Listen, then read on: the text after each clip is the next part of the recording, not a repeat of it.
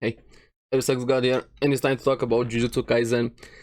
And we're getting very, very close towards the end of Jujutsu Kaisen. We have 2 episodes left, which it's gonna be a sad day when that happens. Hopefully we're gonna get a season 2. Because now we have a new arc starting, a new case for the trio. Is it gonna be a short one?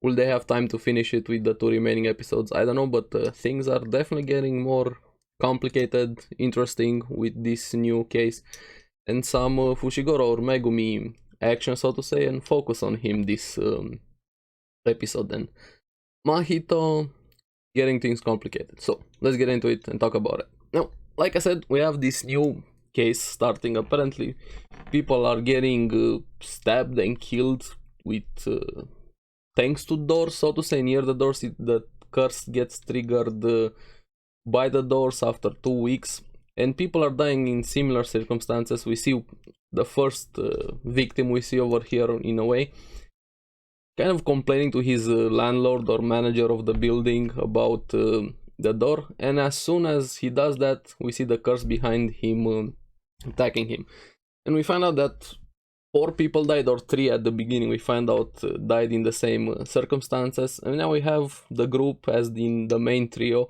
which they were pretty great this episode. Their chemistry is awesome, the comedy, the shenanigans, the teasing back and forth. Feels like especially Yuji and Nobara are perfect for each other, the way they bounce off each other, and Megumi is kind of the middle, so to say, the balanced one between them a bit. But yeah, and the driver that was in this case was pretty awesome also, herself. I don't think we got her name. Hopefully we're gonna see more of her. Now, we found out that all of the victims went at the same school, and they start investigating how maybe if they got the same curse.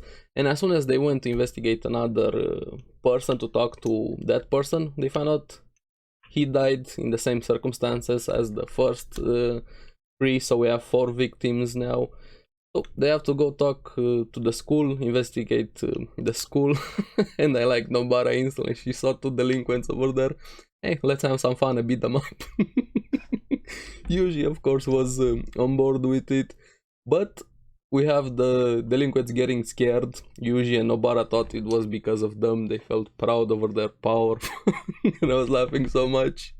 And we found out they're scared of Megumi, not Nobara and Yuji. And I like how he was just a bit embarrassed about it, turning his head away. The small emotions he has are thanks to his face. He's not very emotive, so to say, Megumi, but the faces he makes are just awesome, expressing himself with those faces. But yeah, apparently he was beating up delinquents when he went to school at the same school there, so it's gonna be very personal, this case, for Megumi, for a bunch of different reasons. And they even start teasing him about it. They're just so good together, especially the faces they make, the comedy, the teasing about it. I was laughing so much thanks to them this episode, and he was just dodging the question left and right, pretending like nothing was happening. Even I think that guy was the janitor, Takada-san, if I remember his name correctly, or something along those lines. I'm sorry if I forgot his name. He remembered Megumi going there to school and him being a problem child, and I got reminded of Mondaiji every time I hear the word. I love that series so much. I really wished you would get a season 2. Now Devil is a part-timer also got a season 2, but that's a different discussion. Now, he also gives them some information where they were talking, apparently this ill omen about the victims. It's kind of connected to this bungee suicide spot bridge. All of them went there, and that's the center for where this started. And the 4 that died were found missing and unconscious under the bridge. And apparently they didn't have any memories. They didn't know what happened. And that might be a cursed spot. And this is where we find out Megumi has an older sister, Tsumiki, and she's gonna play a major role. I don't know if in this case or in this case also, but also there's something more to her. We don't have the full information. Now the complicated part starts here because we have Mahito and Geto talking with those curses they stole with the school invasion, cursed wombs, death paintings or something like that. And Mahito is kind of experimenting with them. We found out from Geto, he's kind of like Mahito's Wikipedia in a way, explaining stuff to him. Because those curses, they're special grade curses and they can't be destroyed. So they made a pact on them, forcing them in stasis in a way, so locking their life. That's why they're put in those jars. And we have Mahito literally experimenting on humans again with those curses, and that guy was just pleading for mercy, screaming, offering everything he could, but yeah, wasn't gonna work. It was crucified on the wall there, and Mahito just proceeds to grab one of those curses and open wide straight into that guy's mouth. So that's gonna be the complication, besides the case getting more and more dangerous. Because they actually go to the bridge, they start investigating, they don't find anything. But yeah, I don't know, I keep thinking the more I was watching the episode, things are happening, but I don't know if they're gonna finish it in 2 episodes. Is it gonna be a short arc? I don't know, but we definitely need season 2. Because Mahito sensed that curse guy, we kind of became this deformed monster when we see his full form later on to do something, and that something is related to the case. Now back with the main trio and the driver, we find out that Yuji even tested the bungee mechanic, or more probably he was thrown. That driver was great, honestly. Like I said, she was pretty great. Even her speech pattern got Yuji and Nobara to think that she was really cute. Now we have more victims kind of getting thrown into the mix and putting a timetable on this entire thing, because one of the delinquents' sister comes in and tells them she is kind of connected to this because she also went at the bridge, curious about Morishita, the victim they found was dead when they tried to investigate, and her door is kind of acting up, also starting at the same way. She was there with 2 others, and one of them it's Tsumiki, Megumi's sister. So yeah, this is getting very personal for Megumi. But I liked especially the driver girl. He tried to protect the girl that came in and told them what happened. Lied to her, telling her they're not connected, she shouldn't worry about anything. I like it, and I also don't like it at the same time. Yeah, they did it for a good reason, keeping her safe, not getting her involved into this world. But if they can't keep their promise and actually fix or save her life in this case, because there's a 2-week time limit, after 2 weeks when the door starts acting up, the victims died. So she has 1 week left, and Tsumiki, Megumi's sister, also in the same situation, and Megumi got pretty shooken up. Yuji tried to confront him, but he was shocked. Over there, had to check up on his sister, asking for a guard from Ijida. I'm sorry if I'm mispronouncing his name.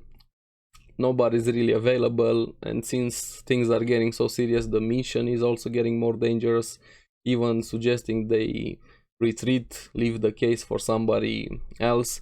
And Yuji was part of the reason why they got this case, because Yuji has grown so much and he's more powerful now.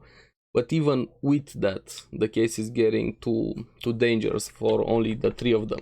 Gojo is out somewhere again, and I like that Gojo is not always present to solve every situation. I like Gojo, he's my favorite character in the series, as I bet is with everybody else. But he can't always be present to fix any problem, because if he's there wouldn't be a problem. And this, I don't know how they're gonna handle it in the future. We'll just have to wait and see. While he's awesome, he's also the biggest issue in the show, and this is not coming only from me. A lot of people have said this, talked about this, and I think even the author said something along those lines. We'll just have to wait and see. I just hope they're not gonna kill Gojo. Maybe something with that seal Geto has in mind. That's probably season 2, season 3. We'll just have to wait and see. But yeah, now this causes Megumi to kind of put the responsibility on him again. He does this every time, trying to sacrifice himself, tries to get Yuji and Nobara to leave for him to go and handle the case alone, not to put them in danger. But Yuji and Nobara, of course, notice and come to help him. They're very, very good for each other. And we found out that the situation with his sister is a lot more complicated. She's bedridden, she can't talk. So even with or without the curse, she's in a pretty bad situation. So we don't have the full picture of what happened to her and anything related to her. And he wants to deal with the situation as soon as possible. And I like that smile that he had when he realized that Yuji and Nobara told him their friend and they are there to support him. That smirk was just so precious. And I feel like he needed that, to know that he has people that he can rely on and he doesn't always have to go about it alone. So they start investigating the bridge to find the curse, and there's like a ritual you have to do to actually find the curse. It's not always there or present at the same time, that domain active at the same time. And more of the mechanics of the world or the power system, that crossing a river kind of has a big importance in the sorcerer world. It's like symbolizes a border or crossing the afterlife, and I like that image when they crossed the river. So they find the curse, which doesn't seem very strong, but appearances might be deceiving. But that's not the big problem they have to deal with, because we have the human guy that got experimented on with one of the cursed wombs. Now with his full form deformed, he's a full curse. Now he's actually talking, intelligent, but he's under the control of Mahito. Comes in also. Remember when Mahito tells him he has something he needs him to do? And we have Nobara and Megumi having to deal with the main curse, so to say, the one they were there for the case, and Yuji gets ready to fight with the new one, so to say, from Mahito. Now, next week is gonna be interesting. We're gonna have some Yuji going wild, hopefully, because that image of him getting ready was looking so cool. And now that he's stronger, I'm curious how he's gonna handle a fight alone, so to say, or semi-alone, because he has Nobara and Megumi with him. And what is Mahito trying to accomplish? I don't know, just testing out the curses. Why did he send him exactly there? Because I feel like he sent him there for that curse, not for Yuji and Megumi or Nobara. Or maybe he knew they were gonna be there and sent him to test the curse. I don't know, I have so many questions about Mahito, but he's really great. Mahito is an awesome villain. But yeah, as for the Juju Stroll, they catch a purse snatcher and they get treated to food by this nice lady telling them a really good story, but apparently the food was really bland. Nothing really special about it. Now, like I said, I have a lot of questions. I'm curious what you guys thought about the episode. Do you think it's gonna be a short arc? I don't know. And what exactly is Mahito trying to accomplish? Let me know down in the comments below what you guys thought about the episode. I'd love to talk to you guys about it. And as always, thank you very much for watching. Remember to like and subscribe, it really helps me quite a lot. And you guys get the latest videos on the series that I follow. And for some reason I keep playing with these two random chips, I can't stop it, it's become a nervous stick. So, I'll see you again on the next one. Keep enjoying Jujutsu Kaisen. We have 2 episodes left. We need more. So, bye bye.